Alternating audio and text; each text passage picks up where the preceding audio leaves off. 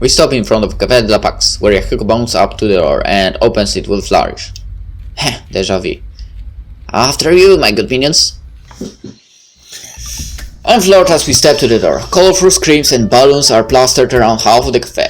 Decorated letters proclaiming "Welcome back, heroes!" hanging from the ceiling. It's a stark contrast from the sleek and sophisticated furnishing, but that doesn't stop my gratitude. This is for us. I certainly don't see anyone else. You guys. Rui covers her face with her hands. I just thank you. Oh, we think nothing, just a couple bounce and streamers. I want to train the dragon, but Elizabeth said it'd be a way of fire hazard. Not to mention the minor problem, the dragons don't exist anymore. Probably, you never know. Hey, don't forget who's paying for all this. Praise me! Praise me! Whoa, to think that he would actually say that out loud. Thank you for your generosity. Elizabeth says these words plainly and honestly. Could they actually be getting along? But of course, my lady, this is pocket change in comparison to the Kari family treasury.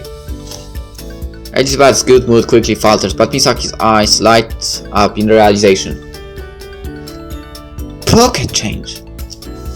Ikari wealth is insurmountable, lovely maiden. Truly, your generosity is unimaginable. How kind of you, how kind your spirit is to provide our lovely company with a bountiful feast of refreshments. Fest of refreshments, goddammit, I'm always doing the same thing. Fest. Wait, refreshments? Oh, so you agree? The hospitality of Ikari is beyond measure. I shall make certain that all of my followers learn of this. All of your followers? Okay, Mickey, that's just evil. I believe that 8 orders of high tea will be sufficient for our party. High tea? Now, time to write that part. This begins to be like extortion. Okay, 8 orders of high tea, coming right up. The poor soul. I watch with sympathy as he slides over to the counter, attempting to fill through the server for discount. Meanwhile, Akira and Elizabeth have dragged 3 tables together and arranged 8 chairs in an even ellipse. Have a seat.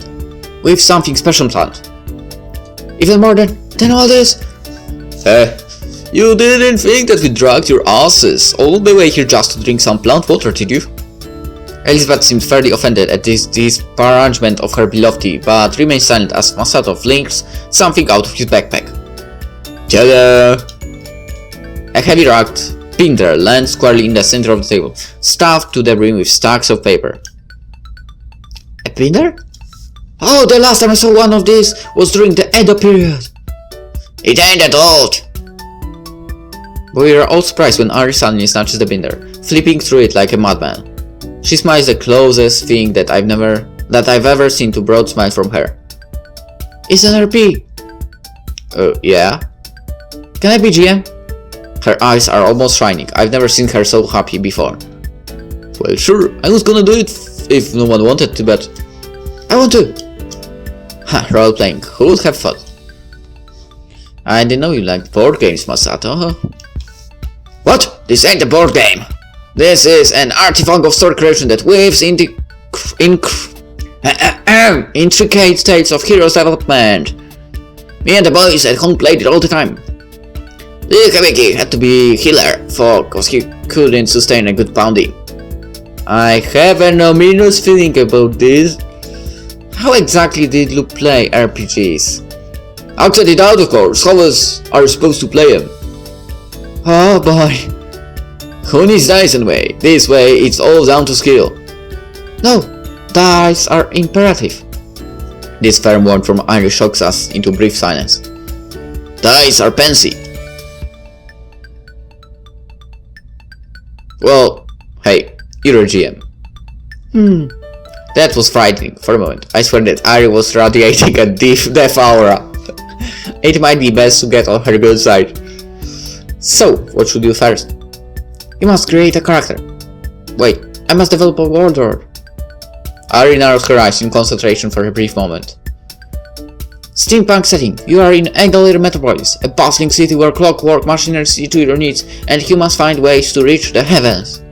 Your fortunes are blessed, placing you squarely in the middle class. The metropolis is enlightened, and thriving of this, you are grateful. Please choose one of the following classes.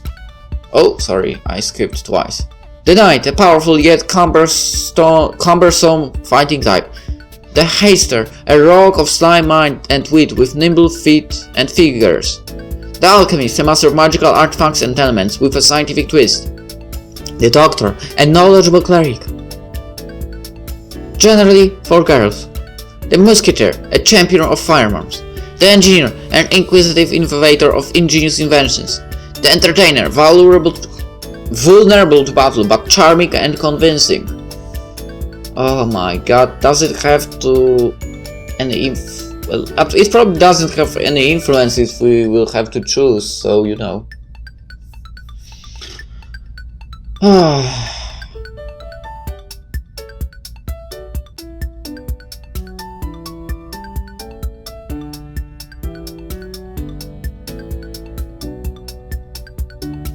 But still, what happened to the siblings, damn it? It's so bothering. Wait, did she really come up with that in just 5 seconds? Whoa, they all sound so fun, I don't know what to pick. Ain't those, there's only one good class. Here we go, time for Merson Masato, the unbeatable fighter. The Doctor! Wait, what?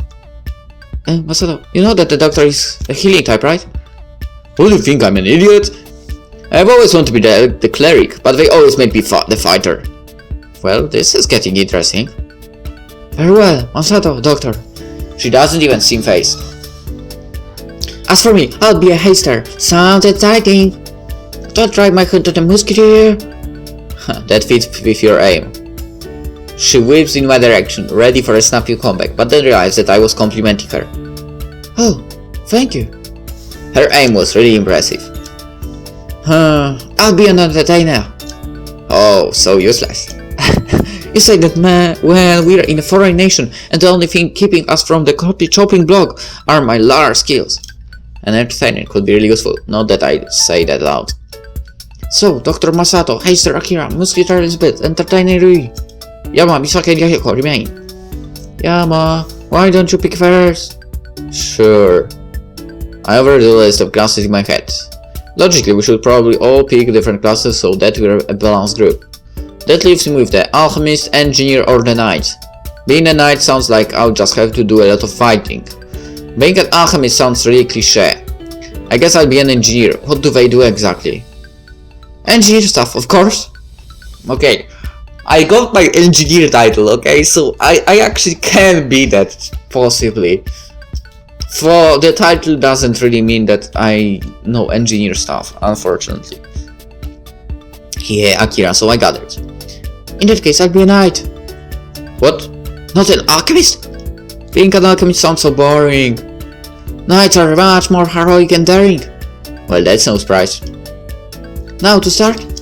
Whoa, hold up! Bakugo suddenly pops next to me, apparently done with ordering the batch, breaking 8 high teeth. Masato, my man, I thought we got it that we don't need to use pen and paper. We did? Without responding, Yahiko reaches into his own backpack and displays some things around the table. Merry Christmas, everyone! It isn't Christmas. Yahiko gifts are side codes, gleaming with the shininess of newly released product. Where could Yahiko have gotten this? Technically, they're just prototypes, but they should work amazingly well for our purposes. Holy crap! I want this. As we feed the fantastic spectacles over our eyes, Ari taps the table with impatience. Yahiko, you must pick a class! Class? Well, strategically speaking, you should pick the main class, which is the Alchemist. Your command is my wish, milady. What's with stairs? Am I supposed to come up with the name and backstory and all that? Well, if you insist. I'm 0.0017 kilometers. Actually, it's 17, 10, 100, 0.17 10,000th kilometers tall. Eyes as blue as an Egyptian oasis. I was crafted by angels and fell from the heavens. My clothing is skin tight, which helps pronounce my amazing figure. What strikes you speechless, good minions? My dashing good looks? That's not exactly how I put it. Hey, I have a great idea. Why don't we get started, Ari? Thank you, Rui. That is not an idea at all, but very well. Our very literal GM proceeds to close her eyes, speaking in a soft, rolling tone, reminiscent of the most skilled storytellers. You receive a letter promising power and prestige if you simply enter the Caravan Tower at 8 p.m. and ask for Elon. What shall you do? Go, of course. I won't waste a moment of time. I agree. Full steam ahead, people. Well, power and prestige are fun and dandy, but there's more money involved, huh? My oyster sea always carries for damn Chinese, huh? She's barely understandable. I'm not putting up with this throughout the entire P. Wait, Akira. If it's steampunk, we should all speak in British accents. It looks good King Elizabeth would currently be my murderer. Don't you dare, Yamashimoto!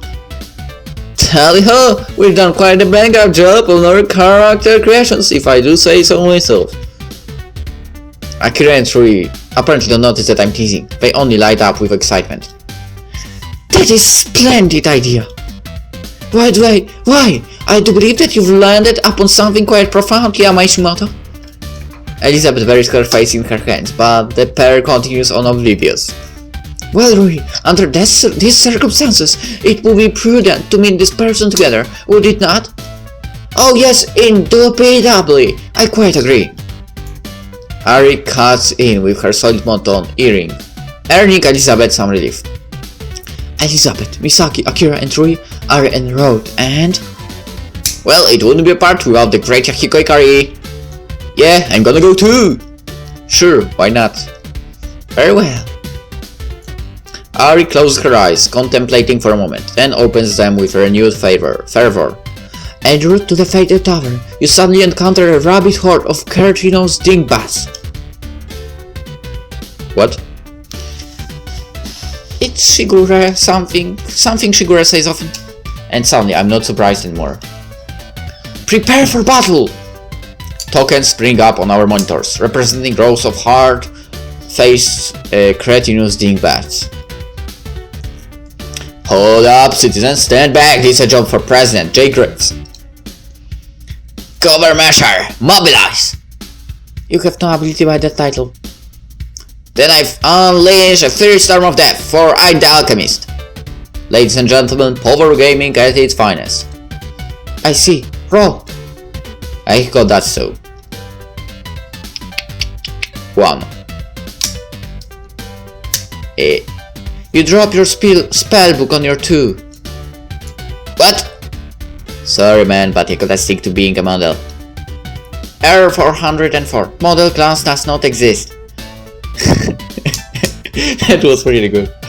Maybe it will work out if he models as an alchemist. No, I protest! These dice must be waived. But they're digital, Yahiko, they can't be waived. Look, let's just have melee in front, Ranch in back, and Rui in the far back. This matter should be fairly simple, considering that it's the first battle in the game. Okay, what exactly do I do? You just gotta play for us, Rui. We'll keep you safe. Yeah, and Yama will protect you. Or Masato, you know, whoever. A part boosts team stats and morale. If you roll high, you may even provide others with an extra turn. Wow, I sound so useful. You do know that essentially you're just plucking around on wood and metal, right? Shut up, Yama. Right, let's start this battle before everything turns to rubbish. I fired a dodgy tozer by the front. Dodgy, huh? Tozer, ha ha ha. Shut up, Yama. I think your accent is really cool. Thank you. 17. She lowers on the monitor. For once, it's actually a high number. Direct hit, Musketeer. The cretinous dingbat crumples the dust of ignorance whence it came. I'm pretty sure that phrase also came from Shigure. Then I'll attack the nearby enemies. She roars another decent hit. Another cretinous dingbat has fallen by the blade of the night. As if these dingbats could ever handle me. In that case, I slit the throat of that one in the back. And with a final high roll, the cretinous dingbat falls beneath the crude blade of the haster. Only one cretinous dingbat remains. I got it with my scalpel. You're a cleric, Masato. I don't think you should get anywhere near those enemies. Oh, you banging on my medical school? I'll show ya. Oh, you scratched the cretinous dingbat. Scratch? I told you so. Well, it wasn't terrible at least. Poor Masato. He must be used to winning from acting out RPs instead of rolling for them. Yama, you should move. Huh, yeah. I consider my options for a moment. I could just fire at it with a pistol, I guess, but that seems kind of bland. What's the cretinous dingbat made out of? Corks, gears, and steam. Well, time to put these engineer skills into motion. Okay, I take the nearest pipe and stick it in the mechanism to jam it. Huh? That's an innovative idea. But why do something so boring when you can make it explode in the ball of fire? Because I might drop my spellbook on my tools. What kind of dummy would do that? You? Obviously. Gee, I wonder. Roll! I do so, and... Whoa, of all times to be lucky. 20! Coach Lucky Luckerson! In one swift motion, you thread the pole through the cogs at a critical point. The mechanism locks in place, overheats, and explodes in a ball of fire. What? Congratulations, you've cleared the first battle. Your rewards are... Wait, hold up! Oh, I cannot let a mere peasant surpass the greatness of Governor Measurer. Let's just skip to the next battle. What? Yeah, and make it a big one, the final battle. 5 armies clashing upon a battlefield of darkness, and leading the force of light is a great hero, President J. Graves. Backing away slowly now. Yeah, because classic antics. I didn't realize how much I appreciated them until now. Farewell, you teleport to the final battle, surrounded by enemies on all sides. Wait, what? But we haven't even the chance to level up. Shh, my shot sent sacking doctors and my dad. We stare at him in silence, completely bewildered by the foreign words spewing out of his mouth. Well, all of us, save for one, of course. You do understand that you're a healer, right? You should focus on keeping us alive, not showing off. Misaki's response is quick and forceful, fully understanding what Masato just said. Miki, you know what he's saying? Of course I do. You don't? Oh wait, he was speaking street, wasn't he? Speaking street. She's probably referring to the slang that reigns over the poorer districts of Isamu. I guess that Masato's random word, vomit, is actually street slang. That makes sense. Hey Megumi, you speak street too? Misaki! And yes, I suppose I picked it up when I was in District 6. Everyone seems surprised by this revelation, well, everyone except Rintai. It sounds so cool. Can you be our translator? Sure. I'm retouch my street. Never when this and get fit. You can brush up on your street, but I doubt it will be any useful. Whoa! How do I understand everything? Misaki shrugs her shoulders. In sort of slip into my diction, I guess. But that's not important right now. Let's continue the battle. Oh yeah, the very abrupt battle of the 5 armies, all because of Yahiko Akari. One detail. Suddenly a flood of monsters pop up on our side codes, practically burning our eyes with light. The other 4 armies are alight and fighting you. All 4 armies? Oh gosh, yeah guys, let's not do this. Can we just go back to tavern and go through the RP like normal people? You question the will of the great Ikari? Fear not, good citizen. President J. Graves can fight this whole horde with one arm behind his back. I'm never going back. The past is the past. In the past. Nay, my doctor. Yeah, sure. You are. I take it what we're fighting then. Yes. Okay, well, don't blame me if you all die terrible deaths.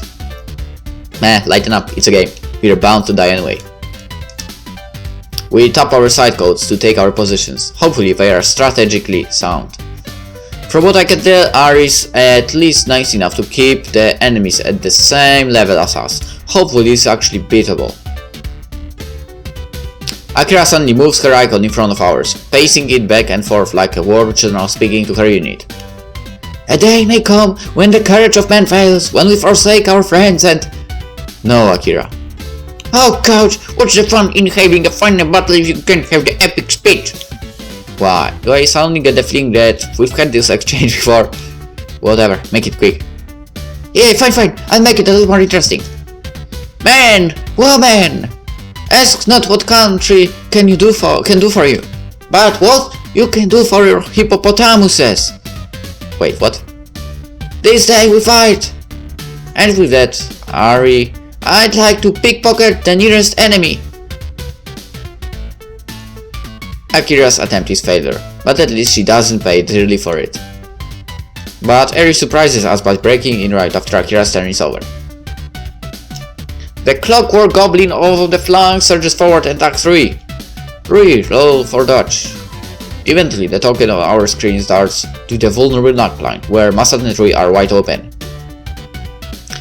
Akira, your move left our backline wide open. Oh. Relax, at least my dex is really high. She presses a finger to the frame of her sidecode. The fateful die lands on our displays. I won! Are you serious?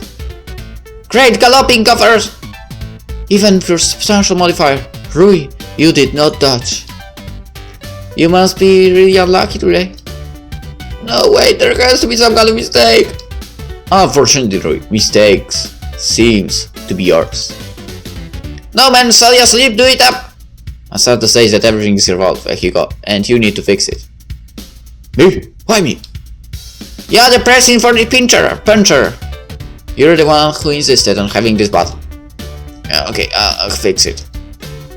No, wait! I'm sure Yama will be more than happy to revive Rui using mouth-to-mouth resuscitation. What? Yama, roll with strength, dexterity, constitution, and intelligence modifier. No, in real life. We have no physical dice. I mean that he could do CPR on Rui in real life. What? Oh, this is getting interesting. You guys can be serious. I have no opinion on the matter. Wait, Rui is dead? Is she a zombie? No, she isn't, hence why there is no need for CPR. Don't worry, Rui, I'll do it! Oh my gosh, Masato, there is literally no reason to perform CPR. Whoa dude, you sound intense. Oh, someone's getting jealous. I'm not getting jealous. That's what a jealous person would say. Okay. The group breaks out into laughter at my expense. I feel betrayed. Hey guys, you lay off Yama. I'll take one for the team. You know that... What? I have a great idea. Why don't I just, say that? Suddenly a die roll on our monitors breaks the flow of conversation. Who rolled that? Not I. Nor I. It was me. Ari paused for a moment, glancing at her GM references before pronouncing judgment. Rui did not die. She has, however, been mortally wounded and taken captive by enemy forces. I did? What? Huh, this doesn't seem to be better than that. Why is my luck so awful? Don't worry, one bitch, Rui will save ya. Masato, from a strategy standpoint, that is impossible. Don't you see how many enemies fortify the base? That ain't no problem, we gotta save Rui. This is the operative we, or the royal we. Remember who you're talking about, Yama? Masato is probably the most literal human being now, I know. That's true, but... You saying you ain't gotta lift a finger? Tiny one, I charge through enemy lines like a man. He taps his side code to roll. Oh, and Well, you die. Masato's face crumbles as if Christmas has been cancelled. Ah, maybe you should have said it a little softer. Oh, you die. This is a good example of why you must look before you leap. Honestly, what were you thinking? Charging in like a bull is quite possibly the worst strategy decision you could ever make. Yeah, and what you're all doing nothing. Cut me up all ya want, but you ain't any better than our enemies, standing around like a bunch of dumbers. This is punctuated by a very long silence. Oh my! Dumbers! Standing around! Yama, let's save Rui! I concur, we must rescue Rui at once. Roger that! Operation Save It Private Rui is a go! Climb every mountain! Ford every stream! Follow every rainbow till you find your dream! Why are you guys so old? Well, coach, give us the orders. Me. It's the least you can do. You've been utterly useless this far. I trust your judgment, Yama. Well, I don't know what's possessed them, but for some reason I appreciate their faith. So looks like we have to fight through a huge mass of enemies to get to Rui. No way around it. This will definitely make some sacrifices. Essential, my best chance is to use the others to pull the forces away, little by little, like an elite guerrilla task force. Well then, when I think about it, it's not really fair to just sacrifice the others. I'll distract them, and the one remaining make a break for Rui. What? Are you sure, Yama? Or is this the ever-famous act of noble idiocy? The heated fire of his love is unquenchable, even in the face of death. Or simply stupidity. I doubt that this decision is strategically sound. Just get Rui, yeah?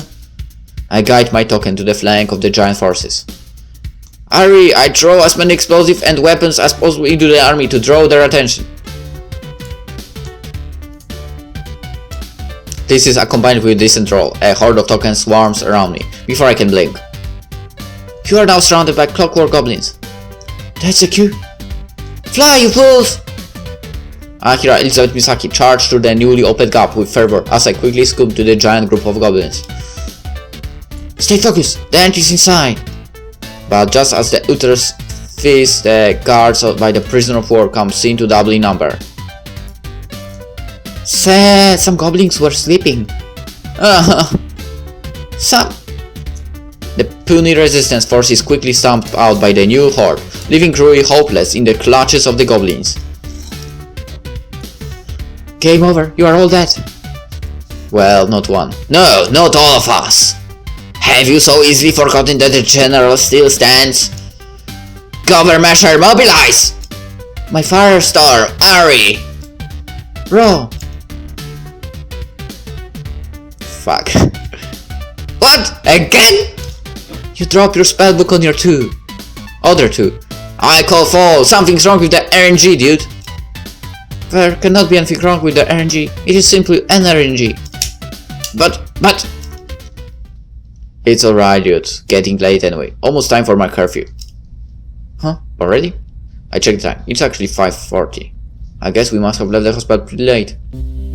Besides, therapy was really fun. And I'm sure it would have been more fun if someone didn't insist on skipping the burning battle we went to plan.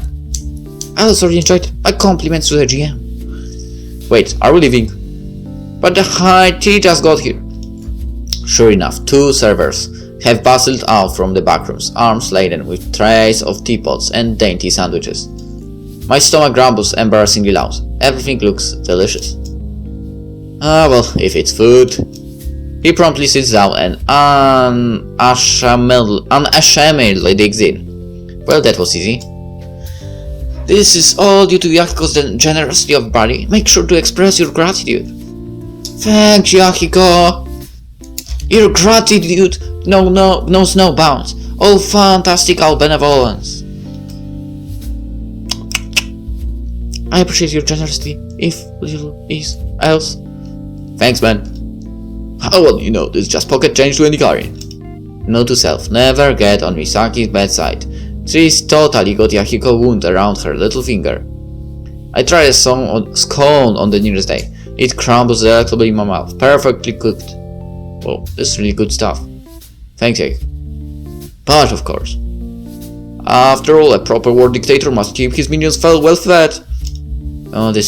All times like this, I wonder if a world run by Akiko wouldn't actually be that bad. Generosity is popular with the ladies after all. I take that back. I take all of it back.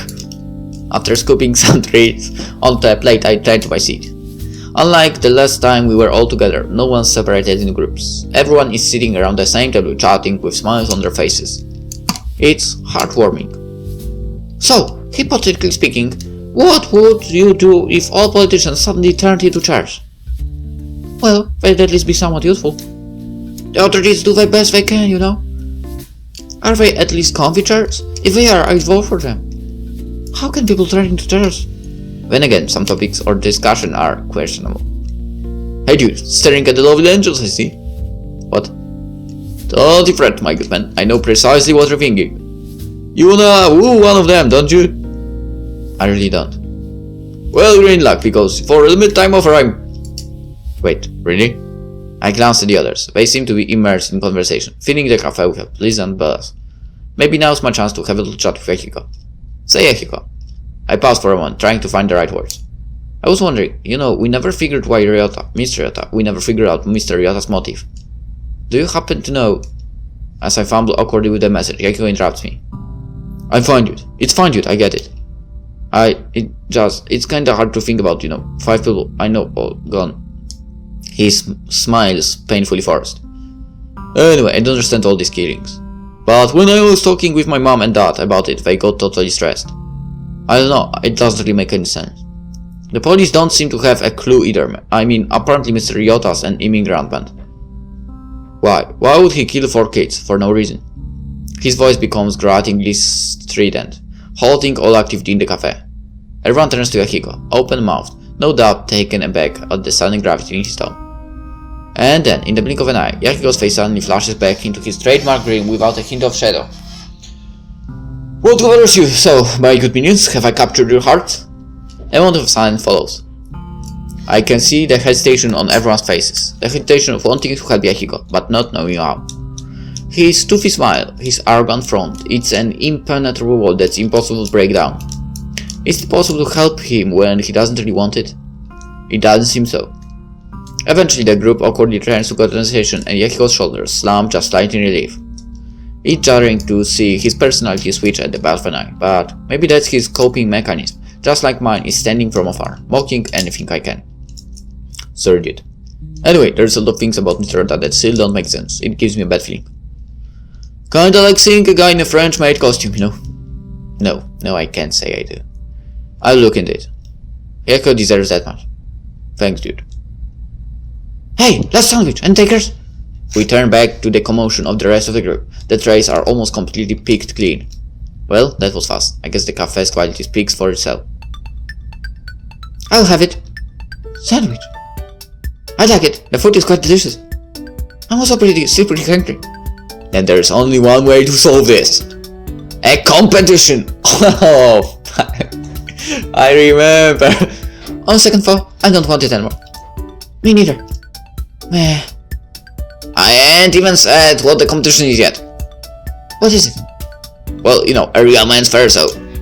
How about a riddle game? A what? Understood then, and Masato, I'm pretty sure that Ari can beat you on that front. She's probably one of the most observant people I know. Oh, I know some great riddles. Why don't we have Roy give the riddle? I doubt any of Akira's riddles would be understandable. Okay. Masato marches in referee, eyebrows focused into harsh lines on his head. Ari only stares blankly with a quirk of her head. The rest of us gather around them in slight interest. Let me see. There's a 10-foot chain nailed to a wall. The center dips down 5 feet. How far are the ends from each other?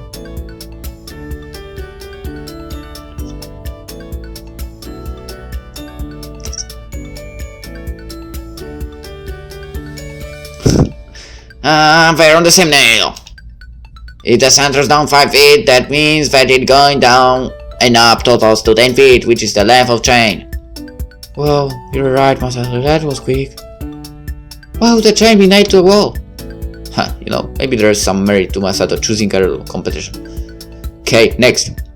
Okay, a young woman is attending her mom's funeral when she meets a man whom she falls in love with, but after the funeral she can't find him.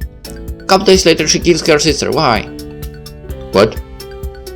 Why the hell would you do something like that against your own flesh and blood? It's a dumb riddle. Yeah, that is pretty hypothetical, right? Ain't no kind of answer for that disgusting riddle.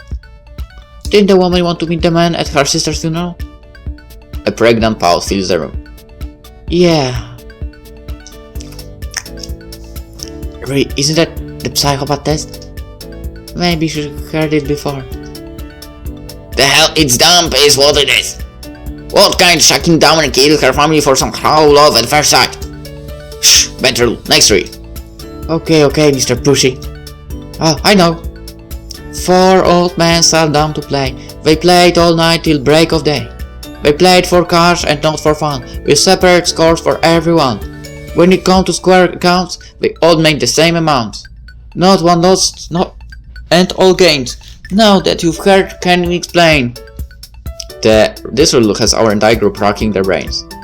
Same amount? Played for cash? Maybe by a highly improbable chance? Oh, I see. That's quite clever, Rick. Oh, what's the answer? Simply put, the man...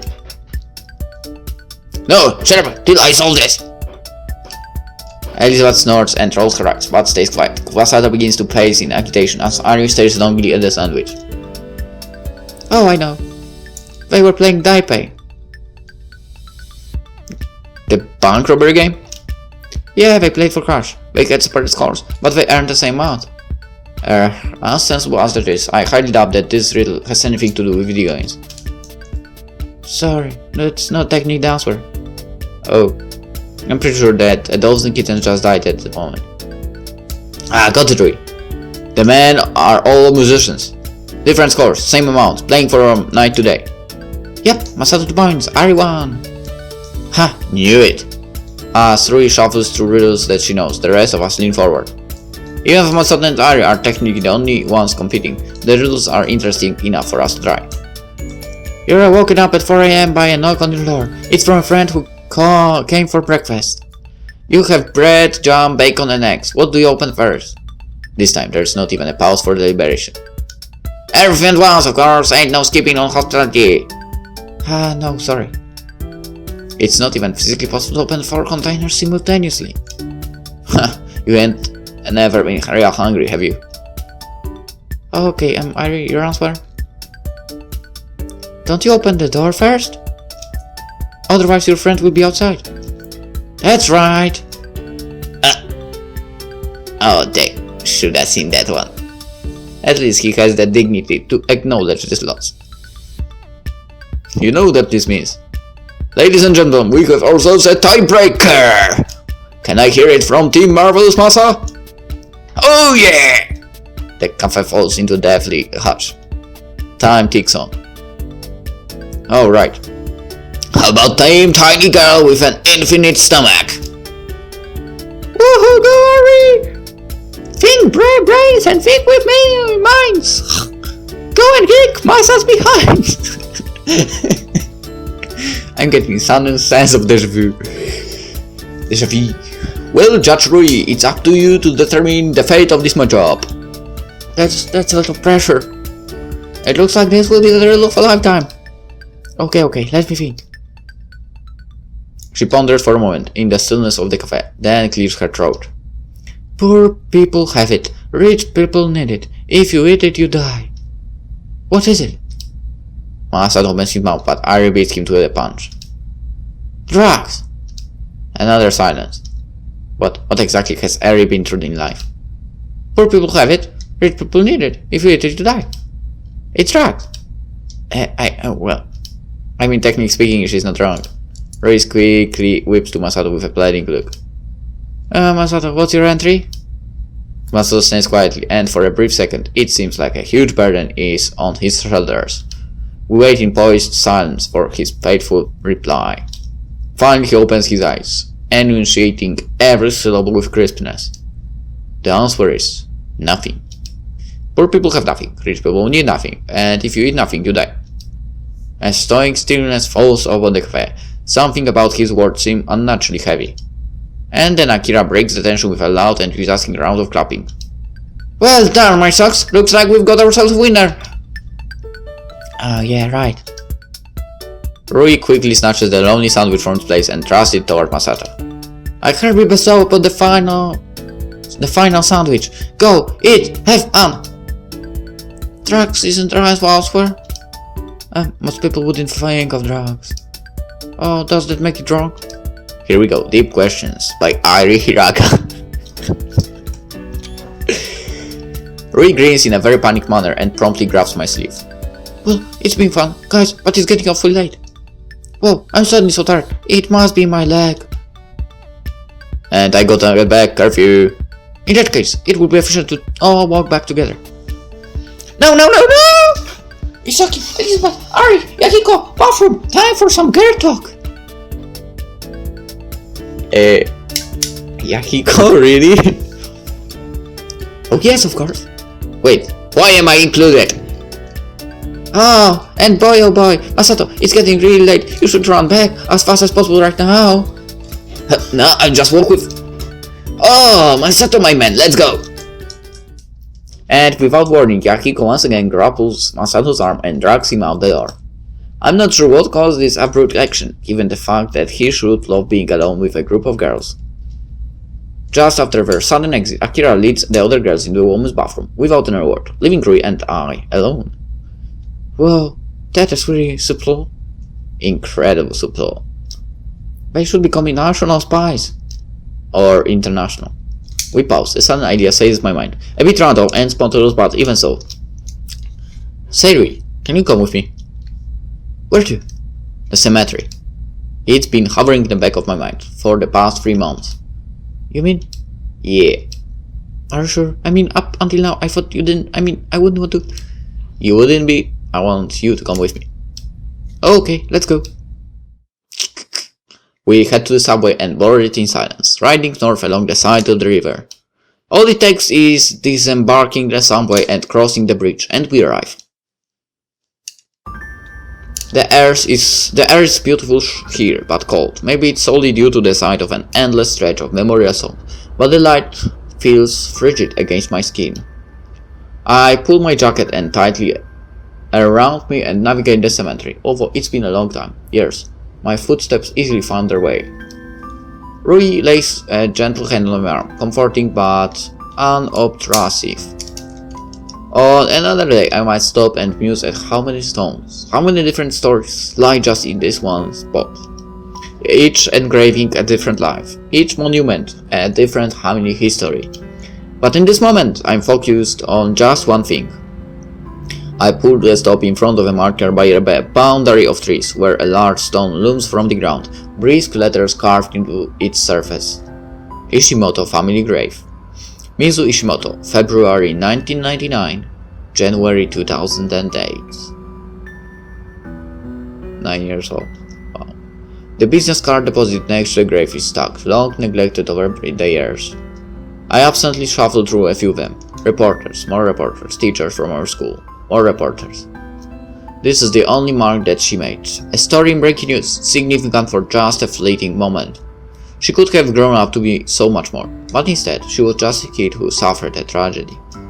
3 months ago, maybe I would have been furious at the world. No, 3 months ago, I was definitely furious at the world. But now... Hey, sis. I'm sorry that I didn't bring any flowers or incense. Didn't even grab any water. Terrible brother, aren't I? I'm silent for a moment. Rui's fingers gently squeeze my shoulder. The wind picks up for a moment and sweeps warm air against our cheeks, almost like a single breath. If I close my eyes, I can almost see Midu's smile. Soft, open, with total understanding. She's still 9 years old in my head, hasn't aged a day. Somehow, I doubt that she cares about flowers and incense. So, did you get any lanterns? I probably should have visited you sooner. But written communication is the next best thing, isn't it? Silence. Again, I swallow past the lump in my throat. Been having some problems about that day, as you probably know. I've always wished that you'd lived and that I died, always.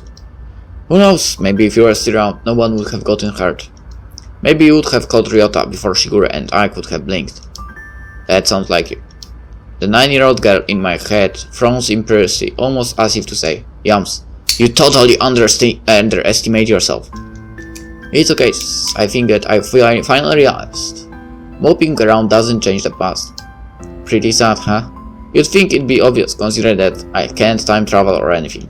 But I think in some way, all I wanted to do really was remember you. Even if it meant being miserable all the time. Rui's face is coated with tears, but she doesn't say a word. I don't know why she's crying, but something about the sight is touching. So, I think I'm finally ready. I'll be moving on since. Sorry to leave you behind. Or is it actually that you've gone on ahead and you're waiting? I don't know, but I think you can trust me. Not necessarily because of me, but because this girl, the one standing next to me, she's my best friend, and she has more responsibility than the both of us combined. She's really precious to me, so I'm sure you can trust her. I pause awkwardly, looking down at the stone. It feels so empty, no flowers, no food, nothing. See you later. I step away from the gravestone, but Rui suddenly darts forward. Mizu! I just wanted to say thank you, Mizu, for protecting Yama. It means a lot so much to so many people. You're a hero, Mizu, so thank you. I feel like you should know that you didn't make a bad choice. Yama will be well. He's really cool. So, sleep well, okay? I hope we get to meet someday. She steps away from the stone. I stare at her, flabbergasted. That was quite possibly the highest praise I've ever received from someone, and she said it in front of me. What? It's true. Thanks? She shuffles awkwardly for a moment, then shrugs. We stare at the ground, suddenly intent on studying of our shoes. Finally, Rui slides into the nearby bench set up beneath the tree. She leans her head backward and stares at the sky. Why don't we rest for a little bit? I sit on the opposite side of the bench, staring straight ahead. We remain in silence as the breeze brushes past our hands, folded neatly, almost formally in our laps. At this moment, I'm keenly aware of the fact that something between us has drastically changed. It's not a change that I can verbalize, it's something abstract. Snug but coiled. Like someone's taking the air between us and stretching it over in a warm hearth. Yama! I almost jump in surprise. Huh? She pauses for a moment. The tension expands. I keep my eyes on the long column of stones. I hear a slight shifting of fabric, like Rui is taking something out of her jacket, and then a hollow, light clunk. From my periphery, I see her push something towards me, something that scratches gently against the bench. Rui withdraws her hand and turns her head away from me without a word. Hesitantly, I reach out and pick up the object. It's a small, long box wrapped in gold paper and topped with a crinkled silver bow. It's for you. I pause for a moment, my throat dry. So, I gathered, not like anyone else is around here. Rui remains silent, her face turned away. I gingerly raise the box and shake it against my ear. No sound. It's not like it will explode or anything, idiot. She's not even looking and she can't tell what I'm doing. That's pretty remarkable. How many fingers am I holding up? Oh, come on, just open it. I pull the ribbon loose and work my fingers in the paper, cleanly separating the creases. A black box slides out of the wrapping and lands in my hands. It has no branding, but its waftiness in my palm exudes a sense of importance. What is this? If you open it, you would know. I lift the lid of the box, a tiny part of me expecting to see some kind of bomb. But no, it's not a bomb. It's a pen. In fact, it's a very expensive looking pen with marbled cobalt barrel and trimming of silver on either end. I gently pick it from its velour lining, examining it in the scarlet sunlight. It lies heavily in the creases of my fingers, almost as if it's pressing life directly into my skin.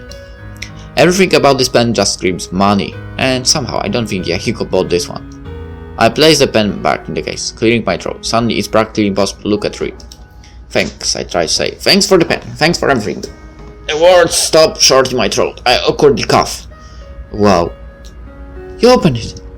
This is pretty shiny. Do you like it? Well, yeah, it's really nice. Stupid. It's a nice pen, but it's more than that. How long has it been since I made that one dumb offhand comment in the amusement park? Embrace the future, Yama. This is the ideal of technology. I'll stick with pen and paper, thanks. Are you an old man? You don't even use pen and paper. I would if I had a pen that worked. You can always, I don't know, buy one. Now, why would I do that? Has Rui been thinking about something so insignificant all this time? My fingers shake as I press the lid over the box, mind racing too fast to track. Rui cares. I know about it for a long time, but she remembered something random, trivial, that really didn't matter. No one even uses pens anymore, no one with common sense that is. And yet she prioritized it, she invested in it. For whose sake? Mine. I don't even know how to properly thank her, or if I can even if I can even properly thank her, okay? And even if I can properly say these words. I turned to her, gripping the box tightly in my hands, grasping for words. Wait! Before you say anything, I have something I want to tell you. She's still facing away from me, stubbornly keeping her eyes on the stones. I only sit in numb silence. So I was thinking about, when we argued. And I guess I realized that I don't really give you enough credit, not out loud at least. So I just want to say thank you. I guess I've been saying it a lot recently, but you can never hear too much encouragement, right? Why is she thanking me? She already complimented me in front of Mizu, and now. And just so you know, well, everyone might tease us about it, but this is just a gift between friends. I'm just so grateful. It sounds so cheesy, but I'm thankful that you protected me. In that classroom with Miss Ryota, I felt so alone. I didn't think anyone would comfort me. But there's always hope, isn't there? No matter what. Anyways, all that was to say that this is a gift with no strings attached. I just want you to use it well. And I know now that you always protect me anyway. She turns to me, the last remnants of the sun streaming through her hair in a river of fire. Every facet of her face lights up in a smile of pure, childlike joy, simple to the heart. Thank you, Yama. You're my best friend. And the moment becomes still. It's funny. To another person, maybe that sentence would be offensive.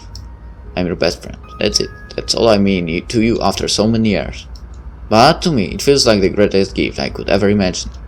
After Mizu, I never thought that I could be normal again.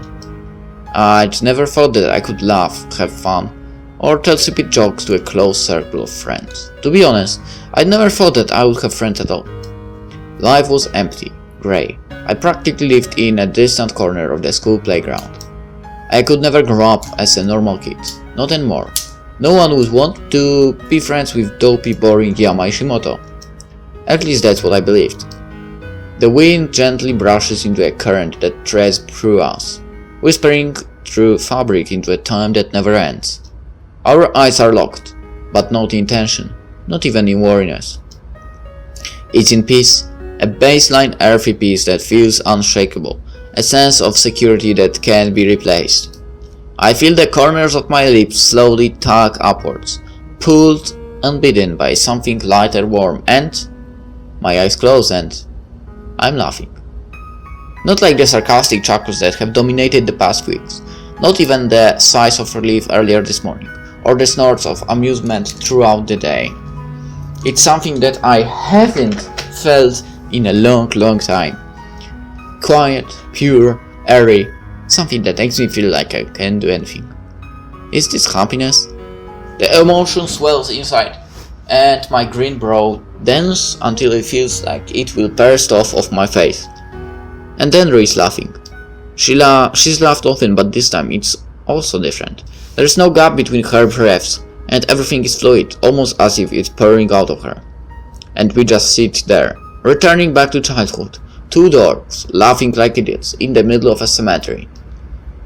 It's probably disgraceful, we probably look like we're insane. But I close my eyes and I feel the sun on my face, and I realize that I don't care.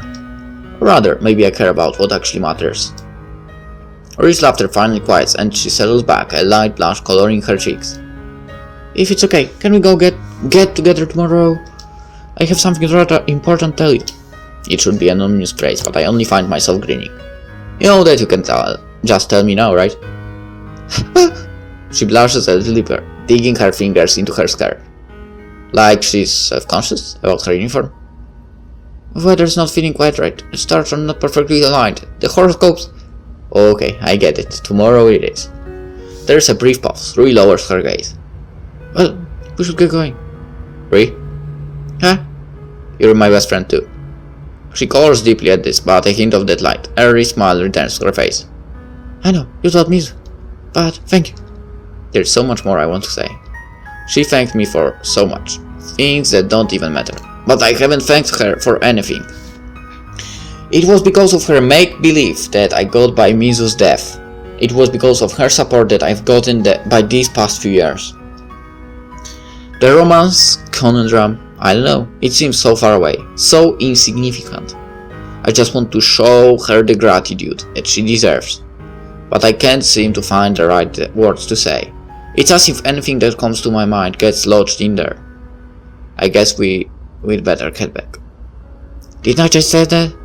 You might have, yeah, but where are we even staying? Isn't as close goes? Well, it's not like they could just kick us out with nowhere to go, so there's temporary housing for students in an apartment complex. You're going there? Okay, I'm gonna go home. Mom and Dad arranged everything already, all my stuff there. They're going to drive me back. I'll wait with you. No, you need to go home. It's getting dark. It's not safe for you to be around. And that makes it safer for you. It'd be fine. Don't forget to come tomorrow, okay? I'll be there. You're better. Bye. She runs over to the edge of the cemetery that lines up with the street. That eases my nerves. At the very least, she'll be in public. I head back to my own apartment, holding this novel, refilling as tightly as I can. The last traces of sun soak out the sky, replaced with deep shades of cobalt. It's been a good day. I stop in front of my apartment door, reaching toward the key padlock. Then I hear it. Faint melodies of some classical strain are bleeding through my door.